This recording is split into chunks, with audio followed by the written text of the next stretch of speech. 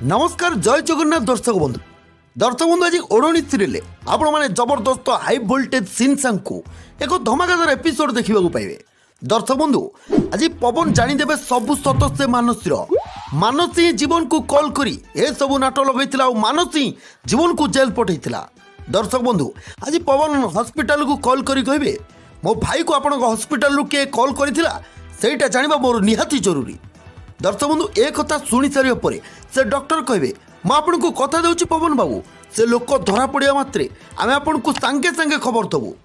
दर्शक बंधु पवन एमती से हॉस्पिटल डॉक्टर सहित कथा होते मानसी डोर साइड सबकि शुणीदेव आ मानसी एक कथा शुणी पूरा आश्चर्य हो मानसी सांगे सांगे रघु रूम को चलीज मानसी रघु को कह जीवन बाबू को कॉल करने मुझे जो लोक को टंका देती ना पवन बाबू ताको धरने हॉस्पिटल को जाइछंती आ जदि से जानी दियंती ताले आमे दुई जण पूरा फसी जिबा।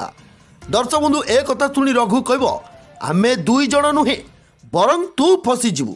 या पर रघु मानसी को धमक दब जेमिति रघु ना मानसी को जगह न कहे। हाँ दर्शक बंधु या पर मानसी से चली आसब मानसी कहबो ज्योति ज्योति तो मते सन्देह करुची आउ एबे जदि पवन बाबू आगे मो खेल धरा पड़ जाए ताहले मते तो ए घर बाहर करदेवे समस्ते। हाँ मते एबे केही रक्षा करि परिबेनी। एहा पर दर्शक बंधु आज आउ एक धमाकेदार एपिसोड देखा पाइबे समस्ते आरती करने जाउथिबे आउ ठीक से समय मानसी कहबो नहीं नहीं माँ ठाकुराणी। दर्शक बंधु मानसी पाखरु एक कथा शुणी समस्त पूरा अटकी जिवे। तेबे दर्शक बंधु जदि आपण माने एई भिडियोर फुल एपिसोड देखा चाहूँगी तेबे कमेंट बॉक्स रे कमेंट करी आमको निश्चय जणांतु।